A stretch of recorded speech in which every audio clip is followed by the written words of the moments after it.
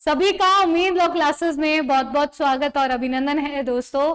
तो आज हम जो पढ़ने वाले हैं वो पढ़ने वाले हैं आपका पार्ट नंबर 8 हम पढ़ने वाले पार्ट नंबर 8 हम करने वाले हैं 3R। There is 3R in CPC but there is 2R in CRPC. 3R है इसमें, reference, review and revision. Reference, review and revision, ये तीनों आपको कहां दिए हुए? सीपीसी में दिए हुए हैं, 113, 114 और 115। टाइटल भी पूछा जाता है आपको इसका, और सीआरपीसी में क्या नहीं दिया हुआ ये भी आपको क्वेश्चन पूछा जाता है। तो ये छोटी छोटी बातें हैं जिनका आपको ध्यान में रखना है कि क्या क्या आपको पूछा जाएगा, क्या आपको पूछा नहीं जाएगा। तो क्या आप लोग सभी तैयार हैं रिवीजन करने के लिए कि क्या होता है रेफरेंस और क्या होता है रिवीजन की बात कर रहे हैं? ठीक है, तो देखिए दोस्तों, यहां पर पार्ट नंबर 8 113 से 115 आपका चलता है। 113 रेफरेंस की बात करता है, 114 रिव्यू की बात करता है और 115 रिवीजन की बात करता है। ये तीनों सेक्शंस आपके लिए वेरी वेरी इंपॉर्टेंट है।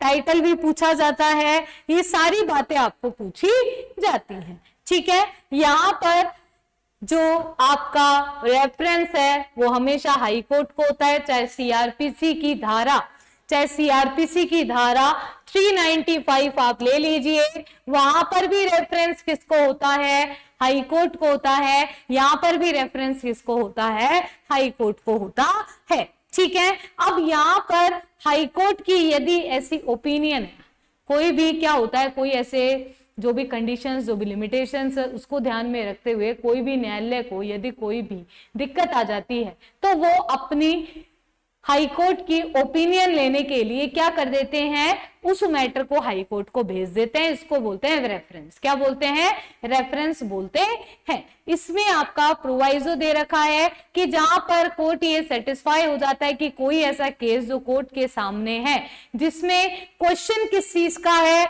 वहां पर भी क्वेश्चन किस चीज का था? Question of validity. किसका क्वेश्चन? क्वेश्चन ऑफ वैलिडिटी जहां पर आपको दिया हुआ है। किसकी वैलिडिटी की बात कर रहे हैं? वैलिडिटी किसी एक्ट की होगी। वैलिडिटी किसकी होगी? किसी एक्ट की होगी, किसी ऑर्डिनेंस की होगी,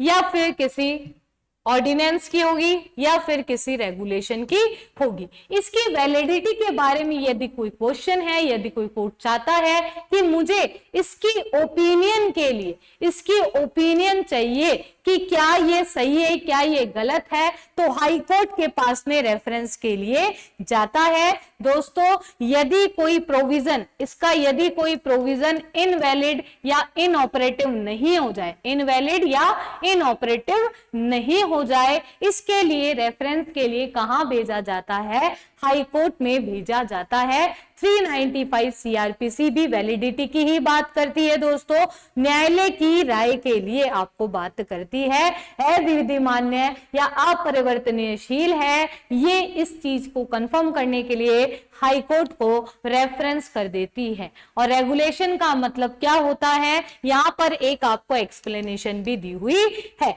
तो मुझे उम्मीद है कि आप लोगों को रेफरेंस समझ में आ गया। हमेशा रेफरेंस हाई कोर्ट को दिया जाएगा। यदि किसी न्यायालय को किसी भी एक्ट की, किसी भी ऑर्डिनेंस की, तो दोस्तों कोई भी अधिनियम, कोई अध्यादेश या कोई विनियम में अंतर्विष्ट किसी भी बात में, किसी भी बात का क्या है दोस्तों, किसी भी बात का क्या किया गया है, उसकी वैधता पर यदि सवाल है तो उसके लिए हाई कोर्ट को रेफरेंस दे दिया जाएगा। यही बात रेफरेंस की जो बात है सीआरपीसी में आपको दी हुई है, तो वो इनवैलिड या इनऑपरेटिव नहीं हो जाए, इस कारण से हाई कोर्ट के पास में रेफरेंस के लिए भेजा जाता है। अब 114 रिव्यू की बात कर लेते हैं। और एक बात और दोस्तों, इसके साथ आपको ऑर्डर भी पढ़ना है। ऑर्डर आपको दिया हुआ है 46। ऑर्डर नंबर आपका कौन सा है? ऑर्डर नंबर 46 आपको दिया हुआ है। ये भी आपको इसके साथ में पढ़ना है, जो रेफरेंस की बात करता है। इसकी प्रक्रिया आपकी 46 में दी हुई है। रिव्यू की हम बात करें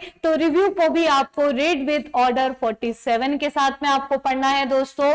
और ये जो रिव्यू है, ये जो रिव्यू है ये सीआरपीसी में नहीं है, सीआरपीसी में नहीं है। सीआरपीसी में केवल क्या है, रेफरेंस है और रिवीजन है, रिव्यू आपका वहां पर नहीं दिया गया है। अब रिव्यू की हम बात कर लेते हैं कि रिव्यू का मतलब क्या होता है। सेम कोड की बात करता है, जहां पर ऐसी कोई भी डिग्री जो कोड के द्वारा अलाउ है, जहां पर किसी की जिसकी अपील नहीं होती उसका क्या हो जाएगा, जिसकी अपील नहीं होगी उसका क्या हो जाएगा, रिव्यू होगा। क्या होगा, रिव्यू होगा। पहला पॉइंट आपका ये दिया हुआ है। ऐसे ऑर्डर की अपील जो अलाउड है लेकिन उसकी अपील नहीं की गई, अलाउ है अपील नहीं की, अपील नहीं हुई, अपील अलाउ नहीं है, उसका भी रिवीजन किया जा सकता है। और ऐसा कोई डिसीजन है जो किसका है, स्मॉल क्लोज कोर्ट के द्वारा लिया गया है, एससीसी के द्वारा लिया गया है, उसका भी क्या लिया जा सकता है, रिव्यू लिया जा सकता है। तो तीन बातें, जिस डिग्री की अपील की जा सकती थी अपील नहीं हुई तो आपका रिव्यू होगा, अपील अलाउड है लेकिन नहीं की तो भी आपका रिव्यू हो जाएगा। तो अपील अलाउ हो या ना हो, अपील अलाउ हो या ना हो, और आपने अपील अलाउ है लेकिन नहीं की तो फिर रिव्यू हो जाएगा। ठीक है, अपील अलाउ नहीं है तो फिर रिव्यू होगा। ये दोनों बातों का आपको ध्यान में रखना है। ठीक है, क्लियरली समझ में आया। ऑर्डर 47 इसके साथ में आप लोगों को पढ़ लेना है, और यहां पर आप लोगों को यहां पर नेक्स्ट देख लेना है। रिवीजन की बात करता है, रिवीजन की बात करता है, और ये रिवीजन आपको सीआरपीसी की धारा 397 के साथ में आप लोगों को पढ़ना चाहिए, क्योंकि रिवीजन में कॉल फॉर रिकॉर्ड मंगाने की बात की जाती है कि वो रिकॉर्ड मंगा सकता है। अब वहां यहां पर जो रिवीजन की पावर है वो किसके पास है, हाई कोर्ट के पास है। किसके पास है दोस्तों, हाई कोर्ट के पास है, कि वो कॉल जो है रिकॉर्ड को कॉल करने के लिए मंगा सकता है। हाई कोर्ट के पास में पावर है कि इसके अभिलेख मंगवा सकेगा दोस्तों।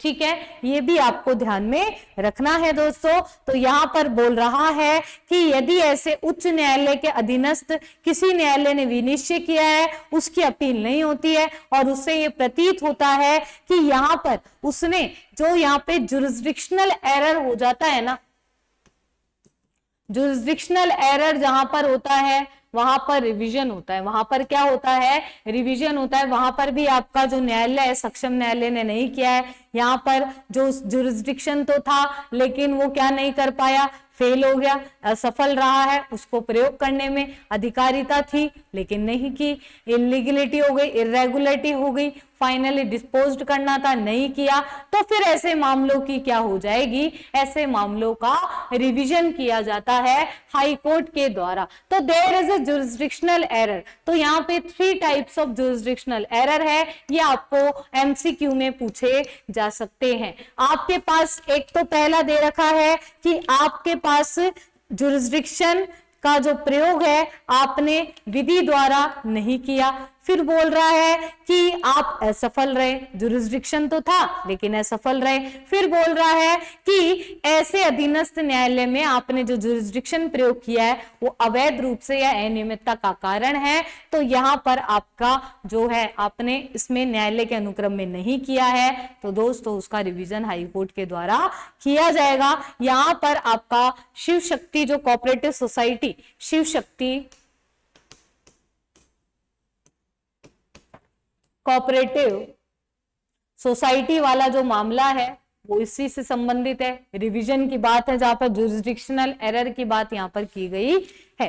तो ये आपकी किसकी बात हो जाएगी, इन तीनों बातों को ध्यान में आप लोगों को रखना है। इसमें एक प्रोवाइजो भी दिया हुआ है, वो आप पढ़ लीजिए कि परंतु उच्च न्यायालय किसी वाद या कार्यवाही के अनुक्रम में इस धारा के अधीन कोई भी ऐसा आदेश या कोई विवादक को निश्चय करने में तभी फेरफार कर सकेगा, तभी उलट सकेगा जब ऐसे पुनरीक्षण के आवेदन ने पक्षकार के पक्ष में किया गया हो या अंतिम रूप से उसका निपटारा कर देता, तभी उसको अनुज्ञेय है, अदरवाइज अनुज्ञेय नहीं है। तो आपको सिंपल समझना है, रेफरेंस हो चाहे रिवीजन हो, हाई कोर्ट को होगा, ठीक है। रिव्यू किस चीज के लिए किया जाएगा वो भी हमने पढ़ लिया है पीछे, कि जिसकी अपील नहीं होती उसका रिव्यू होता है, ठीक है। ऑर्डर 47, रिवीजन का कोई ऑर्डर नहीं है, कोई भी ऑर्डर नहीं है दोस्तों इसका, ये यहीं पर है, जो भी बात है वो यही है, तो ये भी आपको ध्यान में रखना है। तो 113